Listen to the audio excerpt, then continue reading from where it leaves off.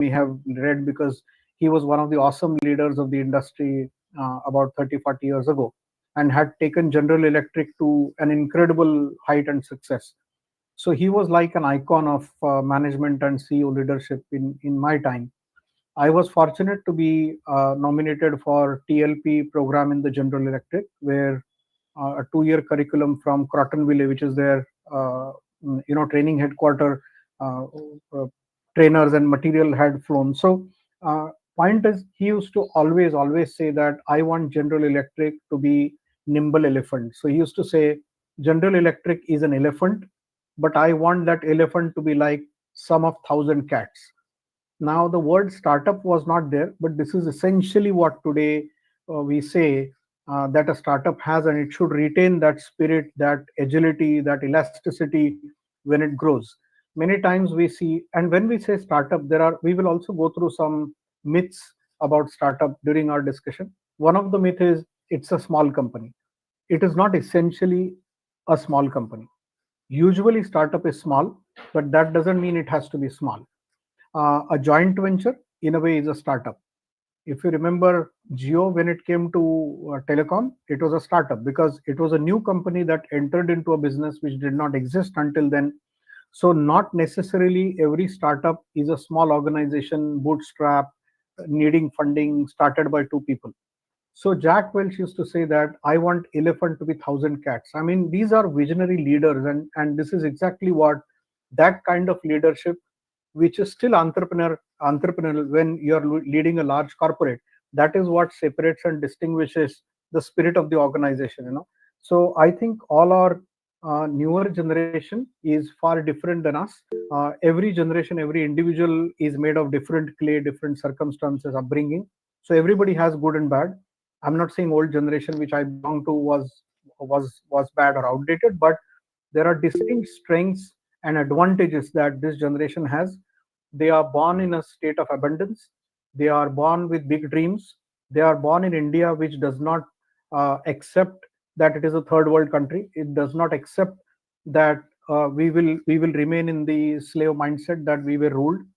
Uh, we have long lived for several years until about maybe a decade ago, when the whole transformation, reincarnation of our national pride, individual pride also started being seen into in our ambience.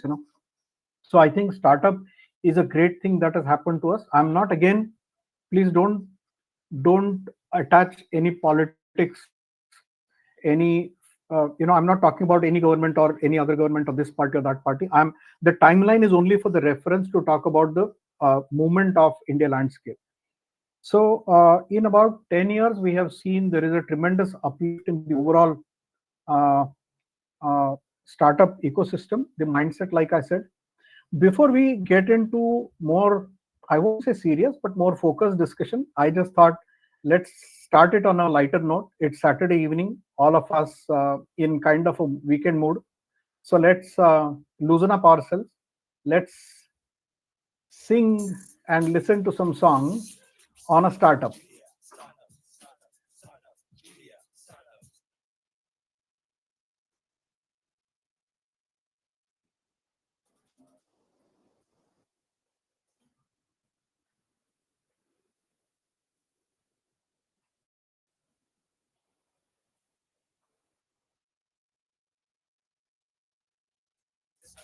Is it okay now?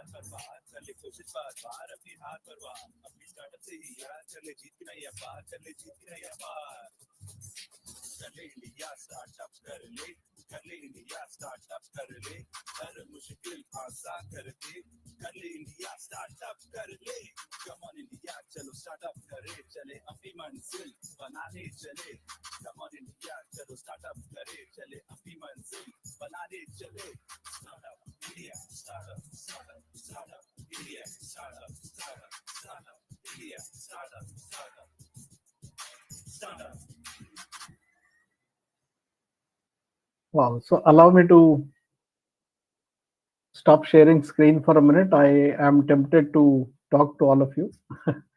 uh, Let me see. How do I do that? Okay. I'll do this only for a minute. So how was it? Did you feel good? Was it an unexpected kind of start to our session? Is it a nice beginning?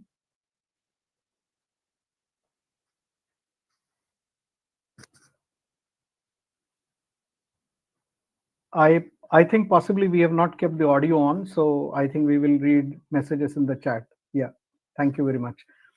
So looking at this, even this song is a startup. You see, it's a new concept, something that did not exist, something which is so relevant, which will add value to the life of people, which people will like. Creating that when it does not exist is a startup. So if you really see, even this song is a startup mindset. That's what I wanted to say. So I'll share my screen back again.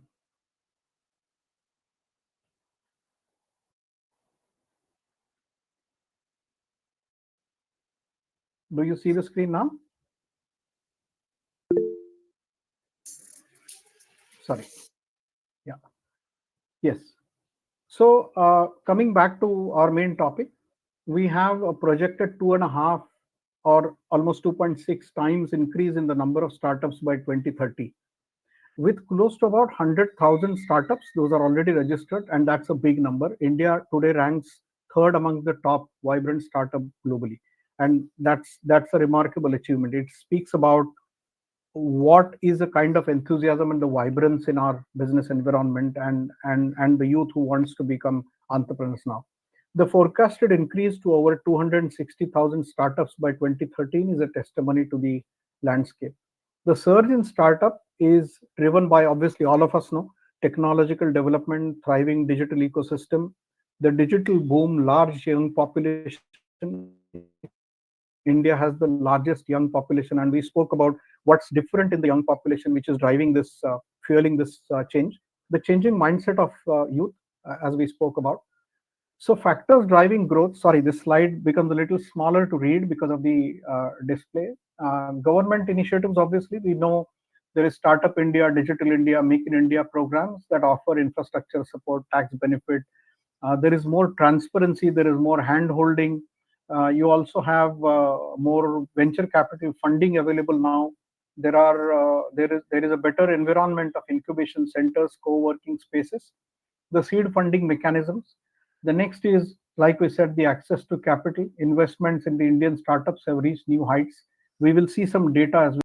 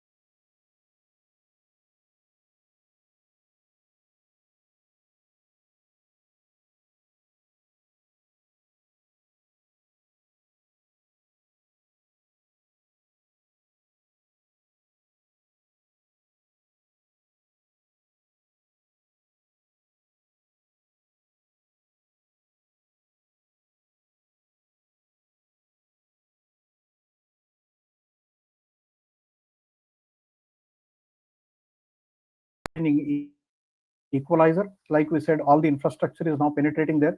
So I think in the years to come, we are going to see more of evenization of population. People will start finding jobs or even entrepreneurial opportunities in their own place. They don't have to flock essentially to the metros. So which is a great thing for a homogeneous kind of a development of a large and diverse country like India. I won't say everything is gaga, everything is shiny, everything is bright. There are challenges, there are pain points, no doubt. But right now, I don't want to Simply, go. Greg, Sorry, was there any question? Okay, maybe my mistake. So I'm not going to focus more on challenges and make it like a pessimistic kind of discussion. We can address that separately. To some extent, we will cover them in our further slide and discussion. Talent retention. Now, this is something very important because obviously there is so much of explosion of opportunity and so many aspirants.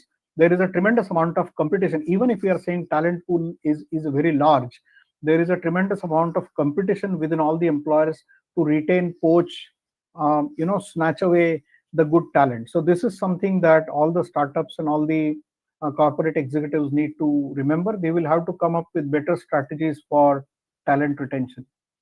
This is typically a life cycle. Don't try to read the smaller script. That's just garbage. Look at the larger font. That's important because this is typically a startup of any life cycle of a startup concept.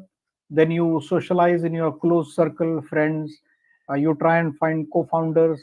Then you make a prototype. You make MVP. You start making presentations to either your customers or to your investors. You find an investor. Then you go to the full version. You do a product launch. Then you succeed. Then you fail, or you fail, and then you succeed, and this keeps happening. So then you start making profits, and most importantly in this is a teamwork. There are, of course, when we will go to secret sauce, which are the important aspects that have to be kept in mind for success to increase the probability of success. Teamwork remains very, very important. The primary stakeholders, and this is where startup is important. One, we have a great multiplier there. We have hundreds and hundred thousands of startups which are existing and will come up, which means there is a tremendous amount of multiplier in the whole country. And each startup in 360 degrees has multiple stakeholders who all stand to get benefited, stand to prosper through the wave of this prosperity. One is the promoters and founders, of course, themselves, the investors, the employees, the customers, the suppliers, and vendors. So, one idea, one startup, and you have a whole sphere who gets attached with it and comes to the horizon of prosperity.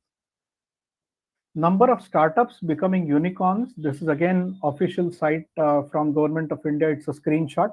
Uh, I have not got data of 2024 yet. I tried a lot for today's presentation, but because the year was closed very, very recently, I have not found yet on internet much data on 2024. So mostly I'll refer to data up to end of 23.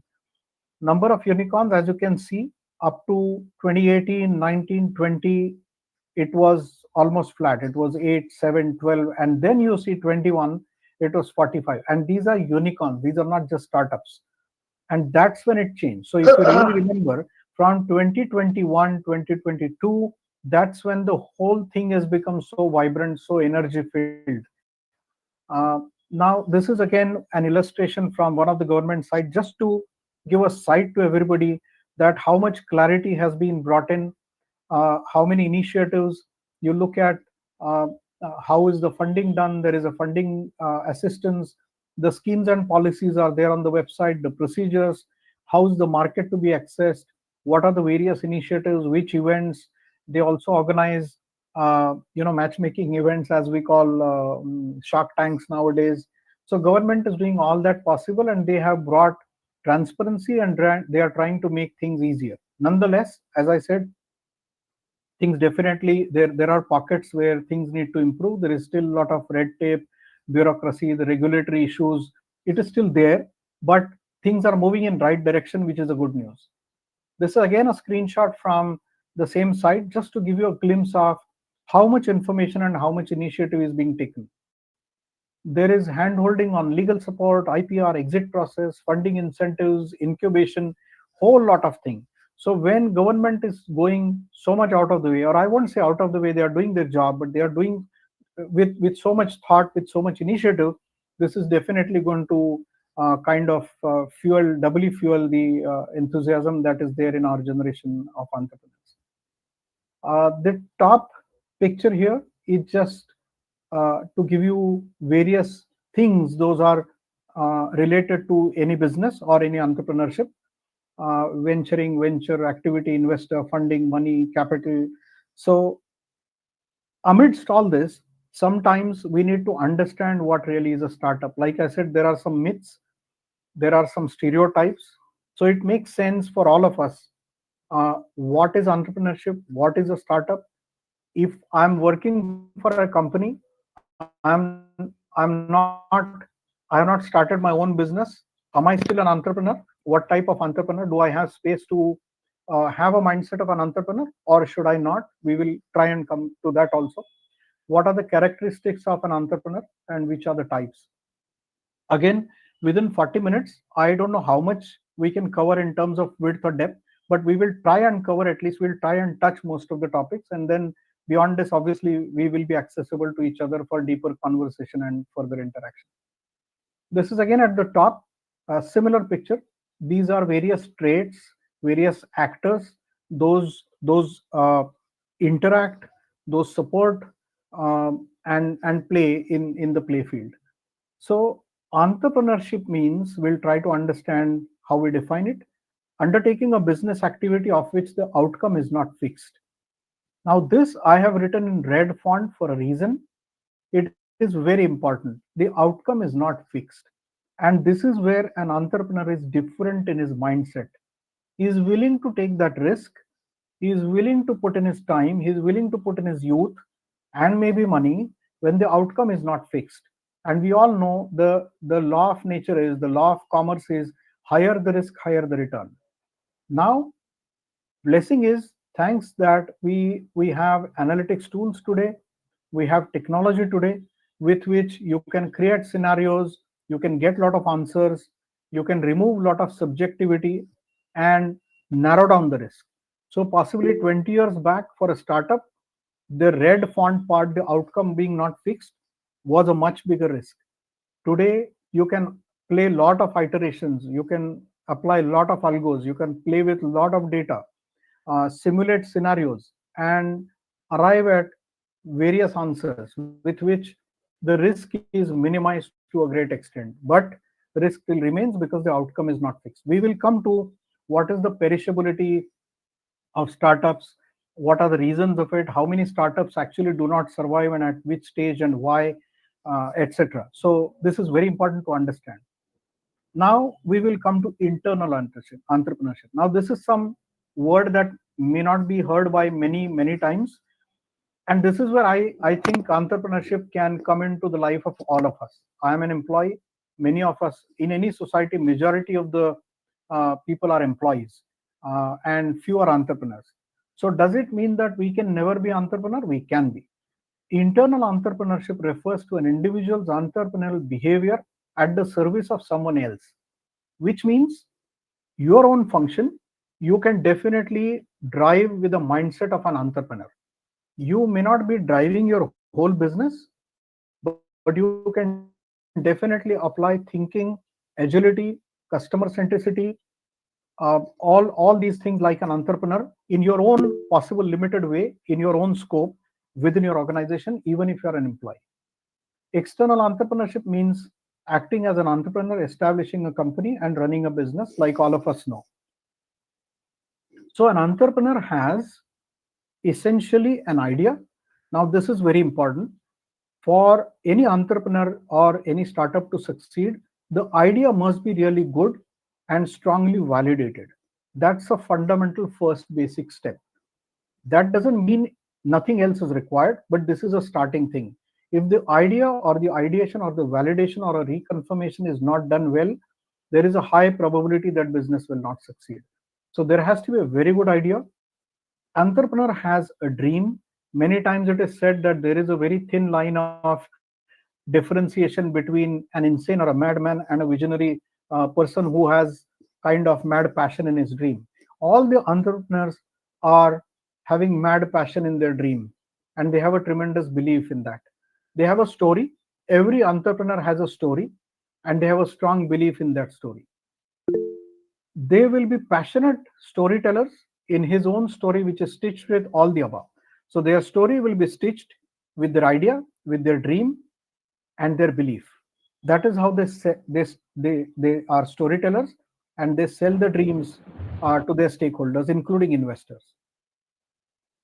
So when we said business idea is very important, what is it? I mean, we all know what is a business idea. Like I said, we are all very experienced people. So I'm not trying to tell you something that you know, but sometimes when we go to the basics, it just kind of brushes or polishes our concepts. That's why we are going through this. A clear and a concrete practical description of how the company plans to conduct profitable business. That's a fundamental first thread of business idea. Then you put another thread over it. It precisely and crisply presents the key elements like who it is to be sold to, what they will sell, what is going to be the business of the company, what is the market potential, what is the current market situation, and what kind of image or positioning does the business intend to project to its stakeholders and customers. The positioning, image, and my experience, my firm belief is whenever any idea is initiated, be it business, be it a social movement, whenever there is a larger cause, whenever there is a good of so many other individuals, or maybe mother earth, or maybe animals, or maybe a planet is included, and you create a business idea around that, universe blesses it. Now this is little spiritual, but I am 100% convinced with that. When you give your idea a larger cause, when you expand it, and you make sure that there is a good in it for so many other elements, so many other people, that idea succeeds. It gets momentum, and it gets a blessing of so many other people who will join that moment. In addition to the above, it covers businesses' protective measures such as patents, copyrights. For a startup, it is very important because you have to sell your concept. You have to talk to 100, 200, 500 people, God knows how many. You have to do so many presentations before you have MVP, after you have MVP, before you have maybe first phase on soil success tasted. So there is a very high possibility that your idea may be sold, maybe stolen, right? So this is something very important. Entrepreneur has to be very, very sensitive about this and has to be cautious about it. I'll go through this quickly. A startup, when we again say that there has to be an idea, essentially a startup has to solve a problem. It has to either dilute a problem which is there, or it has to solve a problem. When we say that, by asking good questions and doing careful fact finding, we can find out which out of the four below types is our startup going to be. I'll talk about which four types. Problems that affect a large number of people and cause acute pain. Now, this is important. Problem that affects a large number of people and cause an acute pain. This is a sure shot success idea because it is affecting huge number of people and it is causing them acute pain. So it's a no brainer idea. It will succeed. Problems that affect many but only causes a mild discomfort. Now here you will have to do more contemplation as to what is the feasibility of that idea commercially, I'm saying. What kind of market size, how many people will it support, how many people will be willing to pay for that kind of solution. Problems that will affect small group of people but cause them severe distress. Now it it could be a small group of very affluent people who are willing to pay a very high price for a solution if you are able to give it to them, or it could be a small group of people who can't pay much. So it is all about asking right questions, a lot of questions to your idea, and understanding whether your idea is type 1, type 2, type 3, and type 4. 4 is problem that is affects few and only causes a minor inconvenience. Now, this is an idea that will not sustain, that will not survive, because it neither has a spread nor has a significant improvement in the life of a customer. Conclusion is, uh, these I will not read this, but most important is you must stay focused on your problem. You must be very clear about, are you type 1, type 2, type 3, type 4. During your life cycle, you must not lose focus on the problem and your solution. Many times I have seen startups, when they start their lateral movement, entrepreneur gets busy with so many other things. They lose focus on the problem and they lose focus on the solution, and they get busy with other things, and that's where possibly the train is likely to derail. The other important thing is, whether you are type 1, type 2, type 3, type 4 today is a changing landscape. You may be type 1 today, and after 2 years, you may be type 2 or maybe type 3. So one has to be very, very cautious. You have to keep looking out of the windows and keep on realigning, recalibrating your business to understand, am I still type 1? Am I still type 1? Am I still type 1? So understanding different types of startup funding, we all know there are 9, 10 different type of funding. One is bootstrap, then we talk about seed funding, we talk about venture capital, public funding, crowdfunding. So these I have just tried to list out about 9 or 10 different silos in which funding can be raised by startups. Now this is my own assessment, this is my own chart based on various entrepreneurs that I have seen. Not every entrepreneur will have each of these qualities, but if you look at maybe 10 entrepreneurs, maybe 100, 80% of them will have 80% of these qualities. And there's one common quality which I have found in all of them, which is yellow highlighted. Their understanding of success is including benefit of others. They are very happy when others are benefiting out of their idea, and that really multiplies, is a multiplier force for them. So that I have seen in everybody. And in others, it is like I said, 80% of them will have these 80%, other 80% will have other 80%, but all of them put together, they will have these qualities. I think rather than reading, I'll keep the slide maybe for a minute. You can have a quick look and I'll go further.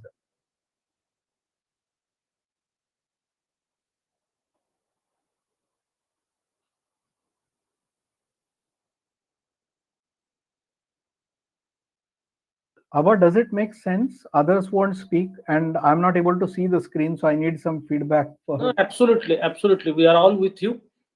I mean, Yes, ultimately, it's all about integrity. It's all about humanity. yeah, because sometimes what happens, I'm only seeing my presentation, and there's no voice from the other side, so I don't know how is it going. We can. Absolutely going well. Yeah, Sandeep, Yes, this is Amit with you. yes, We remember we were in Abu Dhabi together. It is good to listen to you, and you are talking about such an important topic. And your presentation, as Amit usual, is Romari. good. Yeah, Amit Romari. Yes, yes, yes. We were So, talking about you 2 days back at home, Amit. yes, yes. Hey, So, Sandeep, this is Yogesh, and actually, I 100% agree with your point about how it helps others, right? And it is not just the feel good and the philosophical aspect what No, you no. mentioned, but it also a good business sense because nowadays Yes, there are a lot of people who are going for sustainability and what good it does for, right? So, given two products equally done, people would prefer a product that is more environment friendly and more sustainable and all stuff like that. you are so right. You have to bundle up the USPs now. You have to bundle up the values now. Everyone wants an aggregation. You're right. yeah, Sandeep, just to tell you that because this your session is very important for me because I am coming in a big way in Indian market. I'm setting up two semiconductor factories. One is in UP, that is around 2 lakh crores, Oh, and fantastic. just 3 4 days back I initiated one more semiconductor factory that is something like $5 trillion. It's a Oh, mind-boggling figure. fantastic. Yeah. So Congratulations. yeah, thank you, thank you. And whatever you are saying here, and it is really really useful for me. And please go ahead, and I will we will talk in a later on in the later stages because I may need your guidance for some other reason as well as far as India is concerned because I never worked in India. Very well. Yeah. Always available anytime for Yeah, everyone yeah. here. Please go ahead, go ahead, go ahead. Yeah,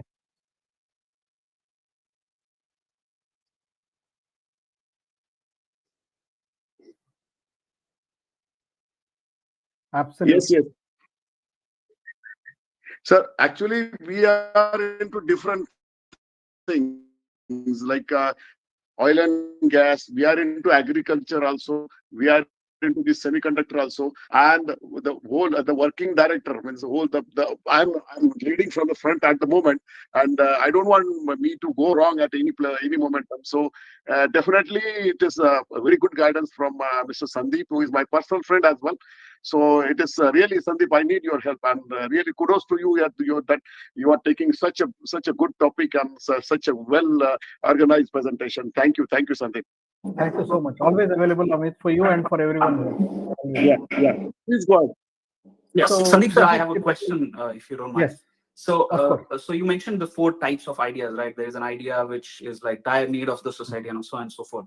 I'm sure, like you will take us through like how to tackle the competition. But my question was more related to, okay, so even if the idea is the type one, where like a lot of people need this, that's an acute problem. But what if there is a lot of competition, if not lot, but what if there is a competition available which is going really, really strong in the market? Are you going to address this in some slide next, or you could answer now? So I can try and answer quickly, because Sure. that's what I said. There are, I mean, this is an ocean. We can cover only as much in 40 minutes. But my take is, when you do a startup, you either start in red ocean, blue ocean, or a niche pocket of an ocean, right? So Right. if it is the red ocean, it is clearly going to be, you have to steal the market share from somebody, which means the market is of 100, the capacity available today is 120, and you are coming up with another capacity of 20. So that is Mhm. red ocean, which means you will have to go for bloodbath, you will have to take cuts, you will have to give cuts, and you will have to steal market share. Now, that can happen with beg, borrow, steal. You may have to break price, your price, their price, and all that. The blue ocean is where there is an untapped market. There is a space for you to operate, and you don't have to get into red ocean. And the niche is, like for example, just to give an example, if we saw that song, right? Yeah. That song was a niche thing which was never there. Everybody liked it. There is a space for it, but nobody had thought about it. So that's something you're creating which was not there. So depending upon what is your product or service in the startup, are you going to crowded competition? Are you just going to be one of the players who are already there? Or are you going to tap an untapped, are you going to fill an untapped portion? Sorry, there is a lot of echo. I'm sorry. Okay. Sorry, it disturbs. Okay. Uh, so if it is a crowded market, it's going to be a painful journey. You will have to hurt somebody. You will have to get hurt. That's unfortunately how it is. If it is blue ocean, it will allow you time to consolidate. It will allow you time to build up margins, become healthy, and possibly looking at the greener pastures. Then somebody else may enter. Eventually, it may become red ocean. But by then, you will be settled. You will be established. You will be a leader. And niche is something which was not there. You are the first entrant, right? So by disrupting a business, you can create niche in a red ocean. For example, we were all going by cabs, kali puri taxi, right? Black and yellow taxi. And somebody just brought a technology layer and made it Uber and Ola. So Uber and Ola are not running taxis. So what are they doing differently? Taxis were still there. We were still sitting in the taxis. They were still running on the same roads. So what did they change? They brought up a layer of technology and changed the whole game. And that product, that modified product became a niche. So does that answer to some extent your question? Very beautifully, for sure. But I have just an addition to this one. So like I tried to think about, like, the red ocean and blue ocean, as you mentioned. So I think like to get into blue ocean, you have to be like really, really visionary, and then you have to come up with an idea, and it probably will take a long time to come up with something like that. But if let's say it's a red ocean, not entirely red ocean, sort of combination of red ocean and blue ocean, because it's a new business, but there are players available. So could you let us know a couple of examples where like a new company entered into a red ocean and probably, if not succeeded to the best of it, but survived? Yeah, so you need to create differentiator there. At least, if, like I said, if there is a market of 100, if there are four players and the supply in that market of 100 is 120, 120. So it's already a saturated market, and you still want to get into that market. Now, you will have to do something differently than the existing players, which will appeal to the customer, which means you don't have a new product. You will have to either increase the value, you will have to change the appeal, you will have to change the positioning, maybe the distribution. I mean, somewhere or the other, you will have to stitch value, which is different, the appeal and the positioning, which is different than the others. Because if you just replicate, then the only thing that will be left for you to play will be price, and that's not sustainable. Beautiful answer. Beautiful answer. I think like apart from the market survey that I'm currently doing, I need to survey my competition as well because I need to know then like what is the differentiator that Yes, they are not doing. absolutely. And if you spend time in studying, very passionately studying competition, love your competition when you are studying them, because then you will really study them very well. Be in their love when you are studying, and then you will find out what are they not doing right, what are they not doing to the best of the taste of customer, and that is your area of improvement. Tackle that, improve there, and you will succeed. Beautiful. Like to be honest, I am actually thinking of taking a 50% cut and joining the competition to know what they do. But good answer. Beautiful answer. Thank you very much. Thank you. So this is, yeah. So just a quick example. I mean, we can have a lot of such stories. One story was, this is how the passion, the dream, the storyteller, the belief of a founder is there. Some of us may be knowing the boat speakers. We know the headphones and the speakers of boat. This is another thing. I mean, we can think of so many examples. Flipkart founders literally used to deliver books to their customer on their own. We know that Oyo entrepreneur founder used to actually uh, he used to work like booking clerk to book rooms. We all know that.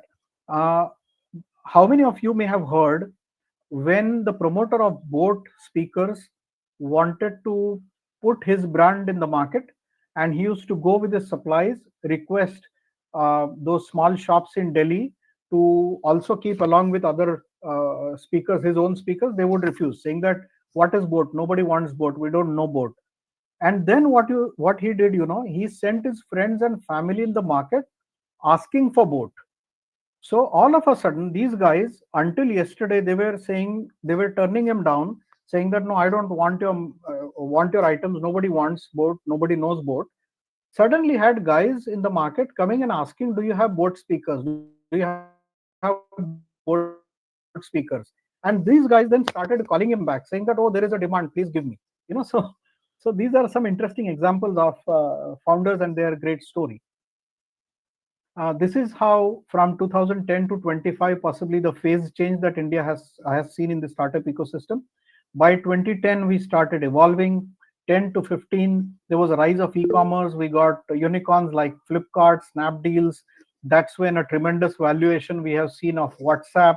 All the eye openers, kind of all the splash of cold water on the face of people. All the stereotypes were broken. The new world was getting created. And then 2015 to 20, we saw a tremendous wave in fintech, this software as a service growth, the Paytms and the Razorpays.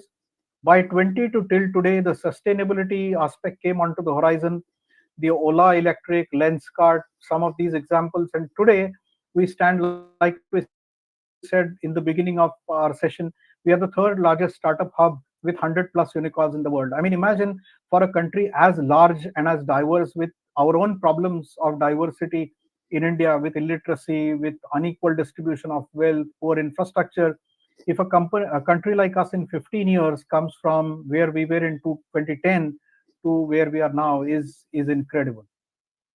So the triggers for change, as we said, digital initiatives. The geo revolution was a big driver because it changed the market. It changed the data. It penetrated internet. It today I have seen somebody who is maybe 3,000 kilometers from a metro is watching IPL on handset and demands and wants same experience like you get in Mumbai or Kolkata or Delhi. They will not accept buffering. They will not accept any lack of clarity. They are saying, I'm paying paying you the same money. I want the same experience. That is what has really penetrated the infrastructure and internet to the pockets of India. We hear about the edge data centers now. We have hyperscalers in the cities. We also have edge data set, which is like small siblings of large data centers. Because of this penetration, because you need to service, store and distribute data at a point of consumption, at a point of generation. That's when you go deeper in the pockets of India. COVID-19 was a big game changer. Out of absolutely one night, businesses realized that we have to be mobile. We have to have mobility. We cannot be office stuck. We cannot be brick and mortar. Those businesses who had made early kind of movements survived with ease. Survived. Some the others who had not shown that proactiveness until then, some of them perished, unfortunately. Some of them struggled a lot to come back to business. So VUCA world is really here, and now we all know that you have to have the main side, the DR side, the mirror side. You can have business disruption. Today, you won't even know if, let's say, you are operating an e-com site. You will have main site, you will have a DR site, which is completely diversified geographically, politically, everywhere. So one site for any reason goes down, and me as a customer is working on your site. I won't even know when your site switched to a mirror site and that came up. So it is so seamless. Changing investor priorities, appetite, profitability, the scaled multiplier effect, the trends of new growth sectors, like we said. There are so many sectors which are offering tremendous potential now. Agro. Amit talked about semiconductor. How many of us have heard about massive investments coming in semiconductors in India about 6-7 years ago? We did not hear about it. So many new sectors are opening up. Those which were brick and mortar are becoming digitized. They are becoming new generation, and those of new generation which were not coming to India have started coming to India, like Silicon now. Tier 2, tier 3 cities, emerging startup hubs. We spoke about Abasab, we spoke about tier 2, tier 3 just before this session. It is already happening because all the enablements have started penetrating there. And there is no geographical barrier, honestly, now. If there is a barrier, mostly it is in our mind still, which is a question of time before it goes away. Focus on sustainability, AI, ML, blockchain related innovations. So these are some of the myths.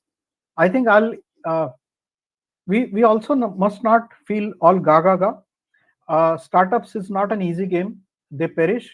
The mortality rate of startup is very high.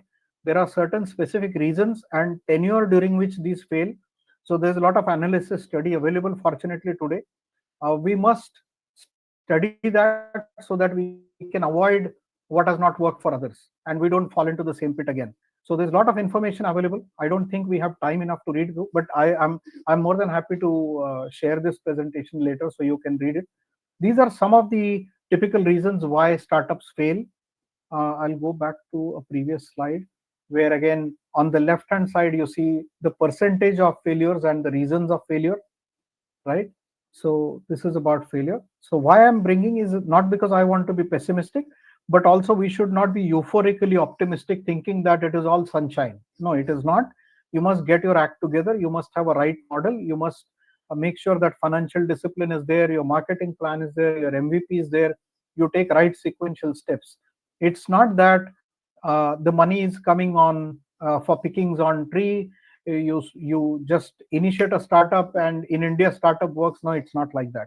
70-80% startups are still failing, and they are failing in first 3 years. This is something called Valley of Death, Harvard Business Review. They have clearly said that most of the businesses fail in the Valley of Death, which is first 3 years. These are again some of the. There is something called startup symmetry. You see the right hand bottom corner. You can see this site. I have given the website also. When you get time, I will share this presentation. You can go there. Literally, you will find number of startups. It is their symmetry, the website. It gives about why they failed, what was their business model, what possibly could have avoided or averted their failure, etc. A lot of learning.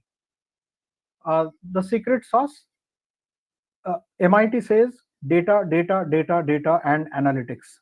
Today it is available, like we said. And if you remember in the beginning of our session, we said the risk today upfront can be brought down a lot because we are fortunate. We have so much technology, so many tools available today, unlike maybe 20, 30 years ago, where your risk was very, very open.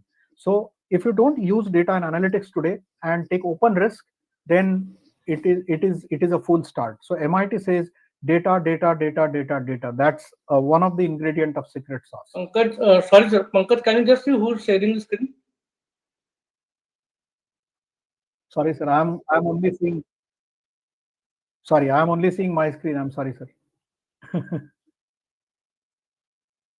Okay. So the problem solution fit we spoke about. You must propose to solve a problem. You must be very clear about what the problem is. How is your solution? How are you going to solve it? And keep your focus on solution and problem, and keep on calibrating, recalibrating, learning, unlearning, because the problem statement will change. Today, the world is so dynamic, the change is so fast that by the time you move 6 months, you move 1 year, the starting scenario has changed. So you must be very rapidly, dynamically be able to recalibrate your measures, your model. Resilience. Oyo pivoted a franchise model. These are some of the success stories, and we draw what is a success, source of success from there. Adaptability, team and culture. Team is very important. It is never an entrepreneur's individual game, never a one man army. It doesn't work. It can work for 6 months, it can work for 1 year. Beyond that, when you want to scale it, when you want to mature it, you must have team, you must appoint right people for right job, give them empowerment, trust them. And unless your team starts finding what is in it for me, your cause is not going to work. It will not transcend beyond a certain threshold. If it really has to make big, you have to have good team, and each of that team member or each of that team must be able to find what is in it for them in the whole journey. Only then you will have that multiplier effect in your success and momentum. So Byju's growth and fall, both very rapid fall, rapid growth. There's a lot of learning on it. Tiny oils, failure highlights, premature scaling. So these are again some comparisons between Globe and India in the recent times in terms of funding, in terms of growth, how much funding came in which sector, what is the perishability, how many unicorns were born, etc. So this will be good slide to look at. I will share this in my email with you. So, closing and inspiration. Reflect on your unique value proposition. You must have unique value proposition.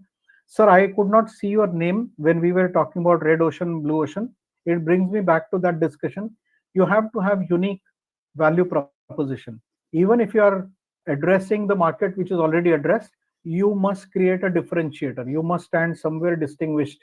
Otherwise, you're just a price player, and that's not a game you want to be in. Start small, validate your idea with minimal resources, stay resilient, customer focused. Success is not final, failure is not fatal. So, like if you remember when we saw the life cycle some time back, I said you succeed and fail, or you fail and succeed, or you fail and succeed and fail and succeed. It keeps happening. The longer the tenure, the more the sinusoidal wave. It cannot be just success, success, success all upward. It cannot be just failure, failure downward. So you have to remember, if you do the right steps, if you don't mess up your funding, if you don't mess up your discipline, it's a question of time. It's a question of you not giving up. You can get knocked down, but before the count of 10, if you stand back in the ring, the match is on. So if you don't quit, failure is not fatal. It's not end of the game. It's okay. Fail, learn from it, get back into business, be resilient. It's a question of time before you succeed. And when you succeed, also understand that there will be a rainy day. There will be again a sinusoidal will take you down, then again you will go up. So we have seen cases where entrepreneur got into kind of an euphoria thing, thinking that, oh, I have succeeded, and now that success of mine is forever, and it comes down absolutely in no time. And they were not ready to handle that failure, or possibly for that upswing back again after the dip. So be very clear that you'll go down, you'll go up. Be level headed, handle success with maturity, handle failure with grit and determination. That's it. I think that's it from now, sir, from my side.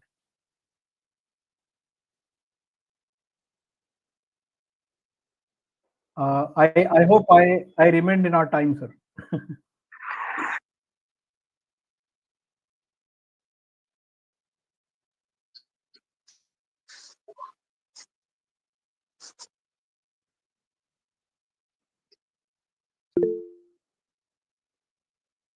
Sure. Now I can see everyone. Happy to see. Hey, I think Sorry, I was a Sandeep. little fast because I had to finish it in 20, 30 minutes and there was so much in mind, so much in slides. No. I mean, I can see that you're passionate about this subject, and I am like that. When I talk something about what I'm passionate about, I tend to speak faster. Okay, so excellent presentation, and I think some of these things, right? I don't have a question per se, but some of these things what you mentioned, and most of these things rather what you mentioned, are not just applicable for startups, but even for large companies. And Oh, I yes. disclosure, right? I work for a multinational. I help a client in their digital transformations and all. And what I've seen working with different customers is a lot of these, right? The fourth quadrant, what you said, is not just applicable for startups, but even a large companies, trillion, billion-dollar companies, when they launch a new product or even they launch a new service. A lot of these things are applicable. Like you want to see what is the pain point it is causing or solving, how many customers it is affecting, like thanks for bringing this up. And I just wanted, for the benefit of the students and alumni here, to highlight that point, right? Don't just look at it as it is something will be useful for you only if you want to go in startup. When you want to go in a professional careers, these lessons will be useful even if Yeah. a large company is launching a service or a product or anything you want to do new. So thank you so So, much for bringing this up, actually. so Yogesh, if you remember, we spoke about internal entrepreneur and external Yes, entrepreneur. yes, So all of us, when we are employees, we must act like internal entrepreneurs. Be entrepreneurs still. exactly. Yeah. And Yeah, even Pankaj, yeah. Go ahead, I Pankaj, wish go we ahead. had yes, 2 hours thanks, for this. thanks, Yogesh. Absolutely, yeah. Before you, Yeah. then I will definitely repeat the session. But before we proceed, I have one announcement, important announcement related to this subject only. Most probably on 2nd March in Pune, uh, Netra IT and RAAH is arranging one industry startup collaboration program, and we expect our alumni to be present there. And Mr. Dandekar will be one of the speakers. We are bringing speakers like Mr. Rajendra Bagwe. Then we have some successful startup entrepreneurs like Aditya Kulkarni.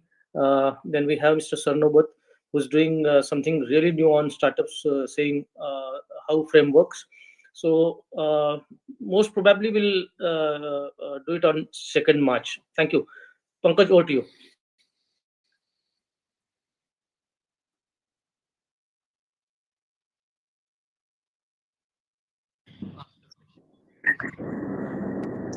Hi, good evening, everyone. Am I audible? Yes. So first of all, thank you so much to Team Ra for making available such an eminent personality from startup ecosystem for today's session. And sir, actually, I want to just ask. I'm Harshal Patil, CEO Netra Reddy Foundation, and as you know, Netra Reddy Foundation is a Section 8 company which is supporting the startups, and it is supported by Maharashtra State Innovation Society, Government of Maharashtra, and Yes. Rajaram Institute of Technology. So, from your vast experience, what role do you see incubators playing in the success or failure of the startups? And how can they better support entrepreneurs in like semi-urban and rural areas where resources and mentorships might be limited?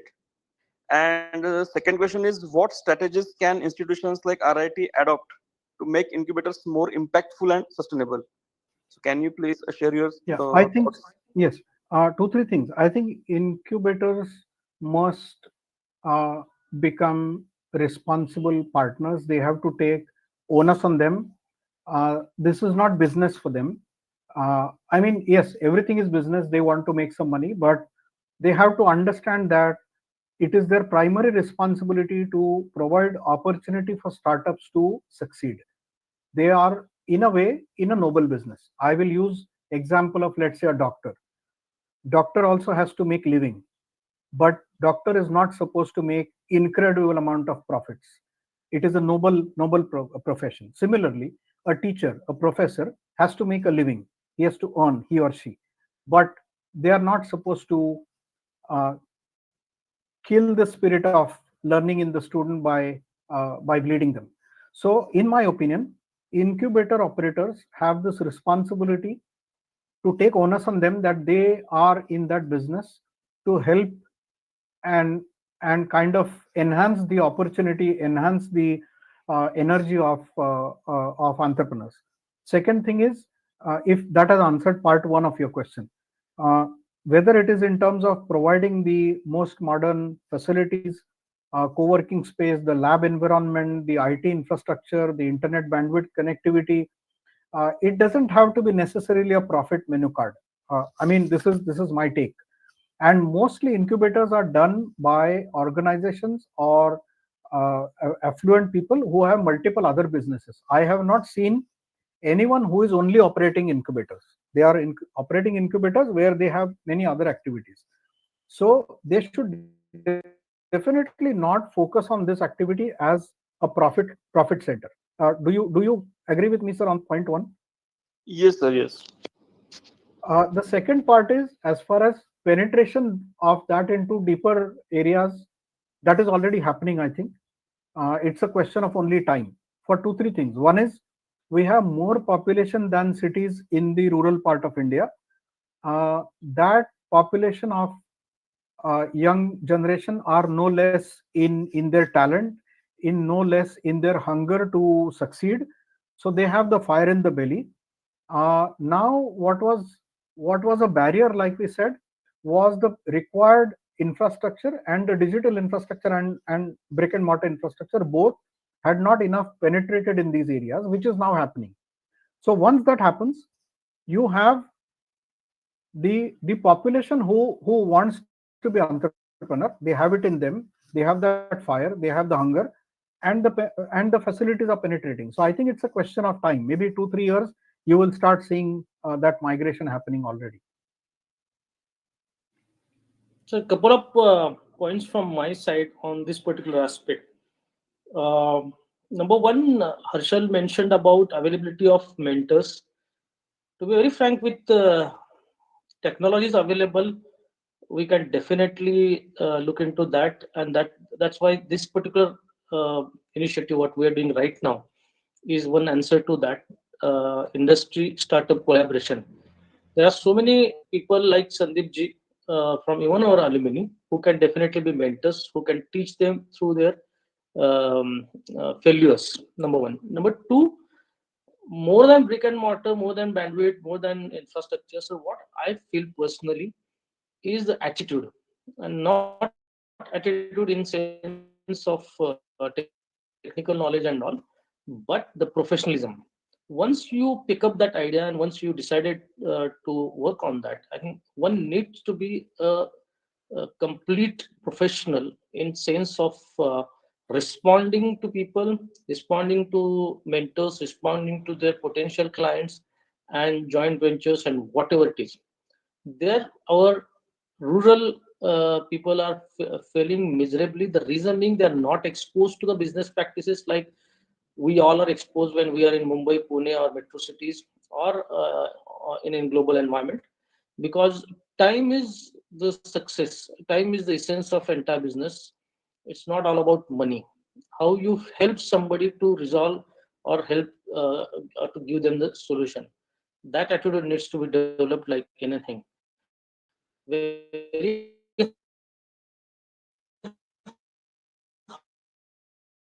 harsh environment, very harsh professionalism.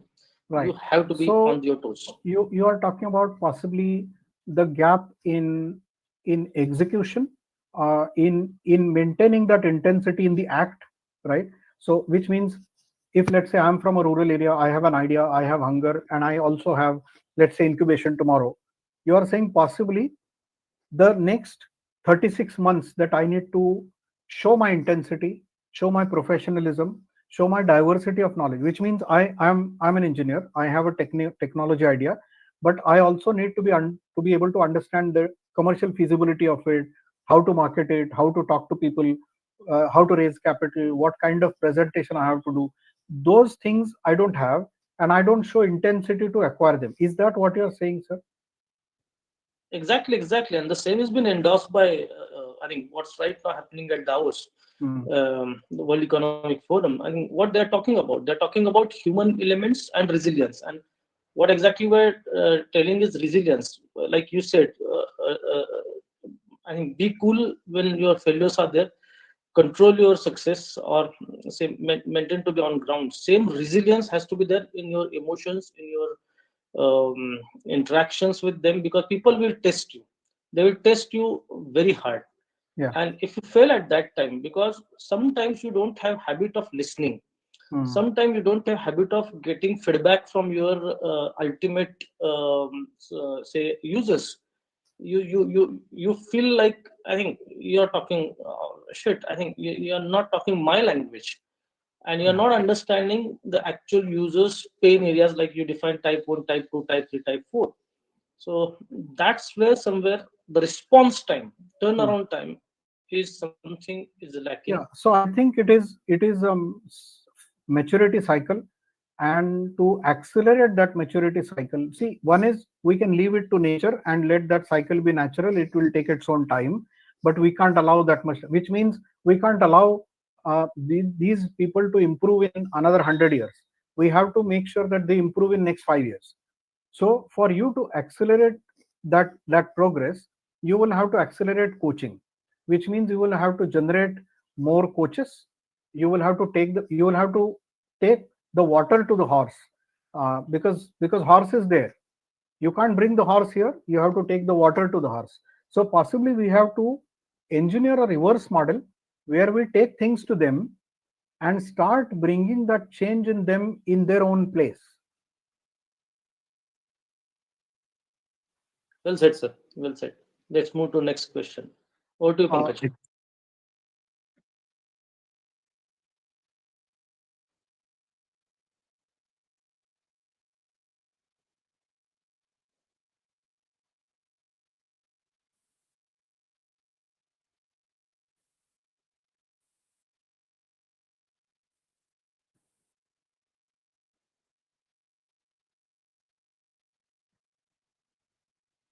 Okay, so that's a very niche question. I am myself not a data analytics champion, but I can try and talk to a few people and see if I can help you. I'll be happy to do that.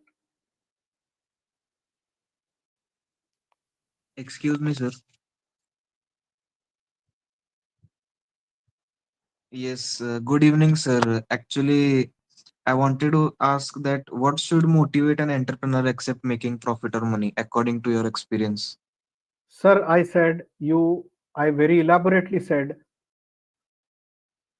you have to create a much larger cause. You have to integrate interest and well-being of so many other individuals, or multiple other facets, like you do something for mother earth, you do something for animals, you do something for water conservation, or maybe 1 million other people. Only then you will have a cause which will attract people, which will attract blessings, with which people will be willing to support you. If it is only making profit, that's unfortunately a very low end. And this is good point you asked, sir. I also say to many entrepreneurs now who come with ideas, I ask them first, why do you want to do this? What is your final object? So they don't get it. They start saying, no, no, I want to grow company, I want to do this.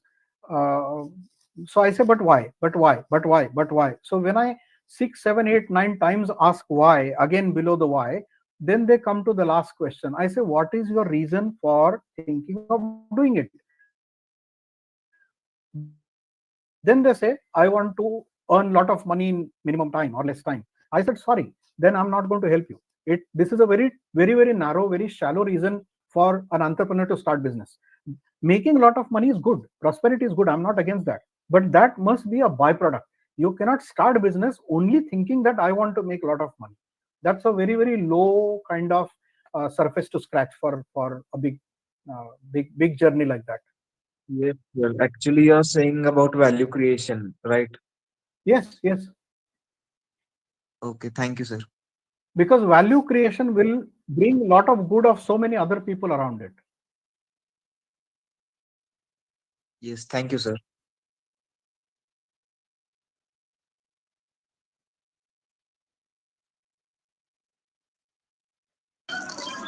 Yes, yes, yes. Thank you so much.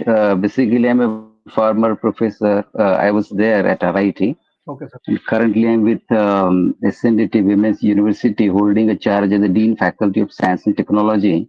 Fantastic. Honor, And honor you being here, sir. no, not that way. And hopefully, perhaps after another few months, I shall be holding a charge, additional charge of incubation center, which we have on our Juhu campus.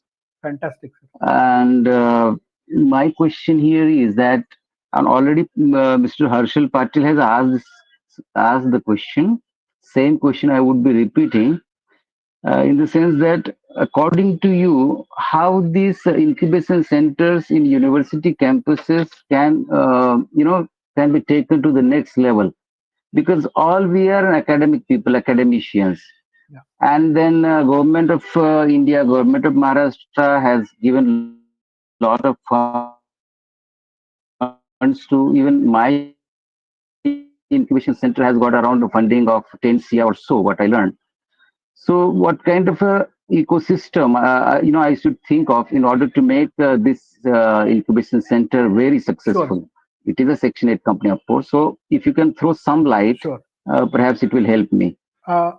Thank you. Again, if you have incubator center which primarily targets on any particular sector, it will be around that. If it is diversified, it doesn't matter whether somebody has a tech idea or a pharma idea or a sports idea. It doesn't matter. You will still support. Then it has to be different. But fundamentally, below that, one, you have to provide the infrastructure that you need to provide to an entrepreneur to be able to do his study, do his research, do his experiments, maybe a little, like I said, lab environment. Second thing is, you have to provide access to knowledge and network. Through that incubation center, they have to be able to open their windows to some experts that they need to talk to, who will be able to guide them in particular area of subject matter expertise. If they want to understand about regulatory framework, what kind of law framework applies to my idea, is it fitting in the legality? If it is fitting, then what are the things that I must be able to do? What is the sequence of that legality? Do I have a person to go to? So there could be things where he doesn't know where to go to. He doesn't even know that I need to check this, I need to do this. So in incubation center, I think, along with providing the infrastructure, providing it at a very, very affordable cost to them, you also have to provide them a lot of such windows to network with the relevant people, right people, invite them in your college, give them opportunities to come face to face, ask questions, get answers, get help. That is what mostly I've seen is missing. Perfect, perfect. If you can permit me to talk to you sometimes later on, and if you can share the details, I can get from Professor Manzoor also later on, Sure, then it will be of great help to me. Thank you so much, sir. it's an honor talking to you, sir. No, sir. Thank you. Jadhav sir, the main thing to bring Sandeep ji, even that startup and industry collaboration on 2nd March. I was talking to Harshal, and we are just avoiding too much interference from government side, not to avoid them, but uh, I think what industry thinks or association with actual industry experts will help you a lot than philanthropic guidance. So people like Sandeep ji, people like Mr. Bagwe, who's basically guiding more than 1,000 entrepreneurs, SMEs in rural India with 10x growth sort of targets. They will tell us, because startup is ultimately a business. And to couple with Vedant's question, like what Sir answered, Sandeep ji, I was part of Sayadri Farms, and I used to always say Sayadri is a combination of a social cause and a corporate organization for profit, because both the things are very important for survival. So Yes. we were not pure a corporate company or capitalist company, but we were social impact company, and that's where more than 710 crores are invested in Sayadri by sustainable impact funds, and these are all global funds. These are all big global funds. So try to get maximum industry people to talk to students or startup owners and ensure the professionalism while acquiring their appointments or responding them on time, because that's is something I have seen a sort of gap in academics. You have your own world and you work according to your principles, but businesses are very fast. If you want to grab attention of someone from industry, you need to be really very very fast to tell them what they need in sort of crisp words rather than sending essays. So that's art which you have to learn. Yeah. So just to give maybe a little lighter example to what you said, sir, completely supporting your point.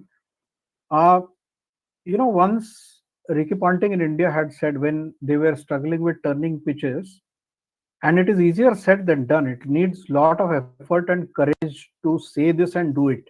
Uh, he said, let's take pitch out of the equation, which means let's not even worry about whether the ball is going to help the fast bowlers or it is going to help the spinners.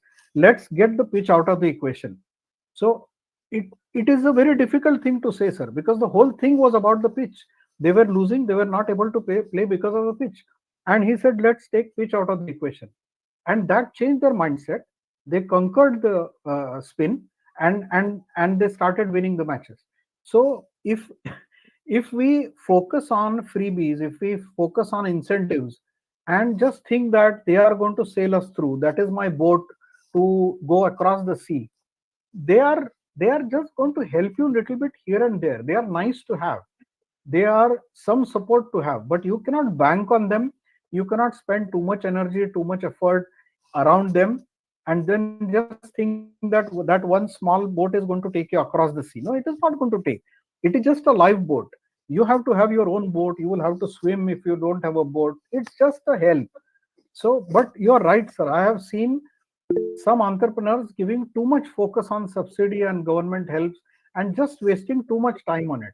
I think we just have to take it out of the equation and multiply the success. Yeah, and just to add, right, even if the companies who will help this kind of Netra kind of initiatives through their CSR or sustainability funds or whatever, still they're not in a business of charity. So unless they see some value add in return for that one, you can't really depend on those helping us out actually. True, sir. So I think it is very well said, sir, Abhijit sir.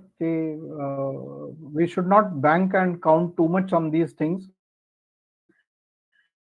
We should look at gathering our own resources, our own network, our own acquiring knowledge, and breaking the threshold. I agree with you.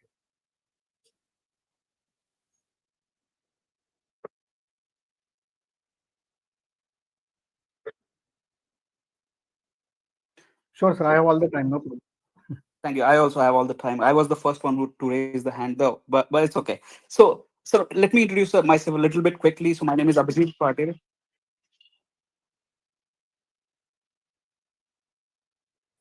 Thank you very much for clarification. Yes, thank you very much. Sir, I am 2009 mechanical engineering alumnus from RIT, and then I have been working in India. And last couple of years, I've been staying in Singapore, heading a Southeast Asia business for a local company here, Singapore-based company. So my question, two questions. One question is, if I have, let's say, five investors who are ready to like give me seed, how to choose the right investor? There are qualities. Some investors, every investor brings in not just money but a kind of expertise also. So is there a certain way or certain strategy to decide what investor to Yeah, go with?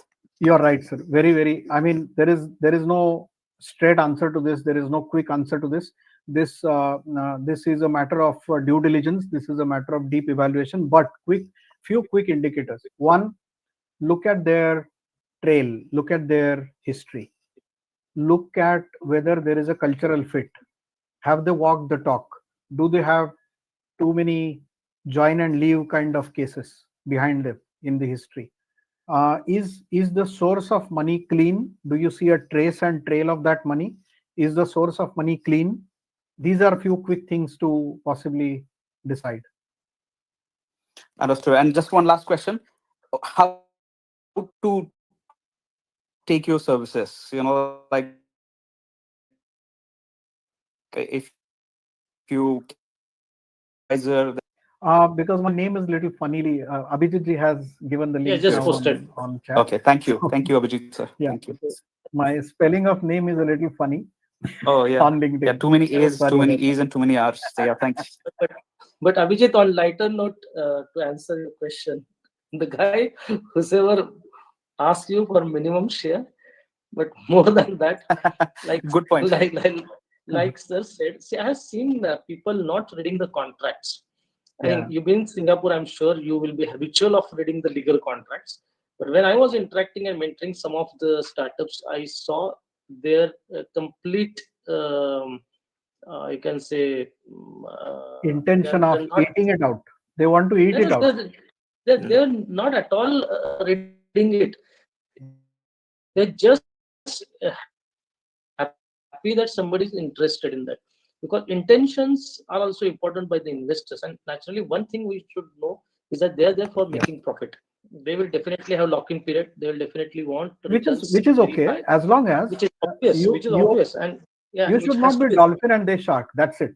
Yeah. Yeah, And and then that's why things like Shark Tank made for a good TV, but not really, no, but Uh, Yogesh, that's a hard fact. I think let's Yeah, yeah, not get away from the business. If you are yes, interested to invest in my company, you will have a fair question: okay, how much you will return in how much time. If it is bigger than absolutely, banks, absolutely. Yeah, I think you will definitely invest. Or if it is not, I think it yeah, will be. And the yes, biggest. Uh, but at the same time, sir, it is very mm, important that the structure is very clearly defined, like you said in the absolutely. contract.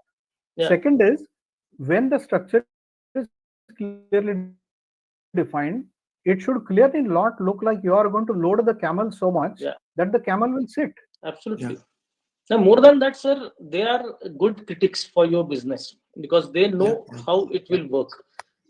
Number two, rightly pointed out by you, camel should not sit down. But at the same time, who will be in the driving seat? If they are sitting in the driving seat, like what happens normally with subsidies, and then you are like clueless where you are heading. You were supposed to go in one direction, and then somebody else is guiding to go in other direction.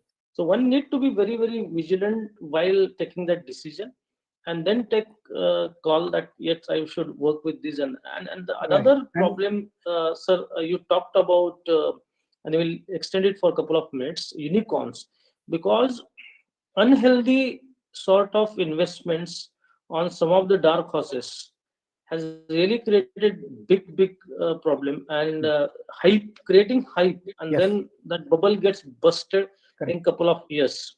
So something is happening because Yes. of all those new technology, especially in say online business, wherein people think that we can reach out everything in 10 minutes, 5 minutes, and they're not at all looking at the sustainable business model, but they're burning money like anything in hope that they will succeed in a very short time. Sir, these new So ways of valuation, which has nothing to do with your asset books, which has nothing to do with the yes, conventional balance sheet yeah, aspects, are very dangerous. And these examples that we have seen in the recent times of quick rise and quick fall are because of that, because of this very superficial valuation methodology, which is unfortunately a part of the modern business. yeah. great. So So, let's Sandeep conclude ji, the call, Pankaj. one last Okay. last question, Sandeep ji. I know you have a book launch in next month. Will it be available as an Yes. ebook, or I can ask Abba to ship one to me? It will be available in both printed and ebook both, sir. I will share Okay, the link. excellent. Yeah, I'm looking forward to it. Thank you, sir. So Certainly. kind of you. And Abba, just to add to your point about the relationship between investor and entrepreneur, taking control, you said. It Yeah, also depends upon what is the objective of the entrepreneur. You have something called nowadays serial entrepreneurs.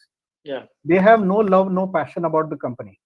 They just want to start something, do the valuation, get money, and leave it. So if you are one of those entrepreneurs, how does it matter to you? I mean, you as an investor want control, I'll give it. Doesn't matter. So it's all about why are you doing it? Again, come back to the same question that I was talking about. Why are you doing it? Absolutely, it has to be win-win situation. And what we're trying to do in that second March workshop is bringing some such startup entrepreneurs who really have faced those for last 5 to 7 years, and Right. they're in a good position. They're succeeded, and they're doing and they're creating wealth. So I think it will be really insightful discussion.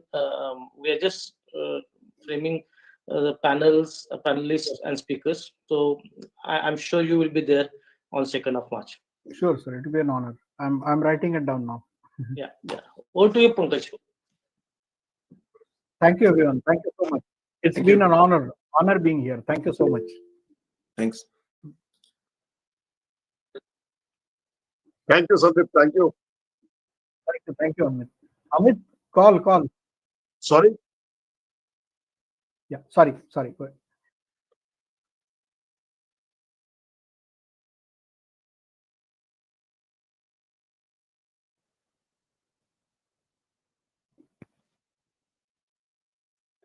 Yeah, I spoken a lot actually. So Ramesh, if Ramesh is there, otherwise I can. I mean, So okay. next session I from think Amit, no? yeah. So we will, Yogesh, we will be there. I think Amit ji be if you can stay back. Otherwise, officially you can close the call. We can have Yeah. chat with Amit, Sandeep ji for 5 minutes. Go ahead, Yogesh. Yep. Yeah. So yeah, I mean, I think saying thanks seems inadequate actually. This has been an excellent session, and as I said earlier also, right, it not only helps from the startup perspective, but also will help people who are working in industry as well when they're doing product launch or anything. So thank you so much, Sandeep ji, for taking time and guiding us and our alumni and our student group through this one. It will be certainly Yogesh, useful for. quickly, I think Harshal wanted to say something from Netra RIT. Okay, yeah. So yeah, go ahead, Harshal. And I think once Harshal is done, we can close this call, and then whoever wants to stay back can stay back. Sure. Thank you very Harshal, much. Harshal, can you unmute? No worries. Yes, sir. Yes. Yeah, go ahead. Can you please repeat, sir? Actually, some network issues there. Hello. Go ahead. Hello. Yes, we can hear you. Go ahead. Yes, sir. Can you please repeat? No, you wanted to say something. No, actually, I think Digvijay is there. Hello, Digvijay. Hello. Hello, sir. Yes. Yes, you raised the hand, right?